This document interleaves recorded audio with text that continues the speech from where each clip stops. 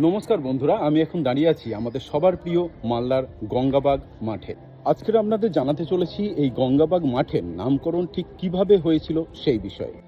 আজ এখানে দেখুন বহুতল অট্টালিকা গড়ে উঠেছে, আর মাঠের চারদিকে দেখুন প্রচুর গাড়ি রেখে দেওয়া হয়েছে। মাঠটাতে দেখুন প্রচুর বালিও আছে, কিন্তু একটা সময় ঠিক এখানেই ছিল একটা প্রাচীন জলাশয়। প্রবীণ নাগরিকদের সঙ্গে কথা বলে জেনেছি যে এখানে যে জলাশয় ছিল সেই জলাশয়ের জল খুবই স্বচ্ছ ছিল, খুবই নির্মল ছিল। এখানকার প্রাচীন যে অধিবাসী বা আদি অধিবাসীরা সেই জল তাদের গৃহের বিভিন্ন কাজে ব্যবহার করত, এমনকি তারা পানও করত সেই জল। এই জলাশয়ের ঠিক পাশের অঞ্চলগুলোতে ছিল বিভিন্ন বাগান, এবং সেই বাগানে দারুণ দারুণ ফুল ফুটে থাকতো।